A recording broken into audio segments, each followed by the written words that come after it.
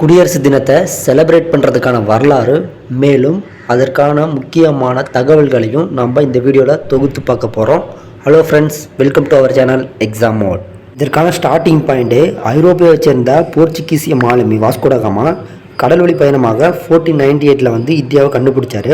அதன் மூலம் ஐரோப்பியர்கள் இந்தியாவில் குடியேறி அங்கே தன்னோட வணிகத்திற்காக கோவா, டியூ, டாமன், பாம்பே போன்ற இடங்களில் வசித்தாங்க. அவர்களை தொடர்ந்து டச்சுக்காரர்கள், பிரிட்டிஷ்காரர்கள், பிரெஞ்சுக்காரர்கள் இந்தியாவில் வணிக முகாம்களை ஏற்படுத்தி வாணிபத்தில் ஈடுபட்டனர்.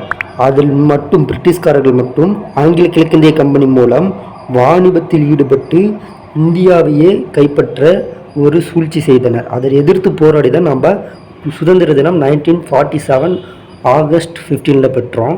இதுக்கு அடுத்து நம்ம தன்னிச்சையாக இயங்கிறதுக்கு பல சட்டங்கள் தேவைப்பட்டுச்சு.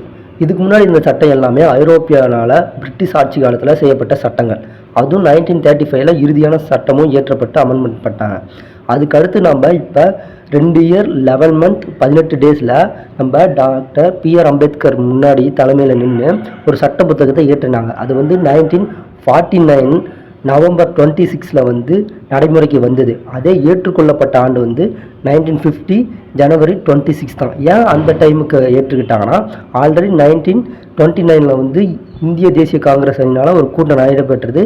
அதன் மூலம் 1930 ஜனவரி 26 தான் நம்ம குடியரசு தினமாக கொண்டாடணும் அப்போவே அம்மா சொல்லியிருந்தாங்க. அதை நினைவுகூறும் வகையில் ஒவ்வொரு வருடமும் ஜனவரி 26 நம்ம குடியரசு தினமாக கொண்டாடுறோம். கொண்டாட்டத்தில் மத்தியில் ஜனாதிபதி தான் குடியரசு தினத்தன்று கொடியேற்றுவாங்க. அதுவும் ராஜ்வீதி பகுதியில். அதே மாநிலத்தில் அவங்களோட பிரதிநிதியான ஆளுநர்கள் கொடியேற்றுவாங்க. ராஜ்வீதியில் ஏன் கொடியேற்றுறாங்கன்னா, அங்கே தான் நம்ம இந்த வருஷமாக செஞ்ச முன்னேறின டெக்னாலஜியும் எல்லாத்தையும் மற்ற நாடுகளுக்கு ஷோ பண்ணுறதுக்கான பெரிய வீதி. அதில் எல்லாரும் அணிவகுத்து நடக்கிறத நம்ம டிவிலையும் நேர்லையும் போய் பார்க்குறதுக்கான வாய்ப்பு இருக்குது. மாநிலங்களும் அதில் பங்கேறதுக்கான வாய்ப்பும் கொடுப்பாங்க.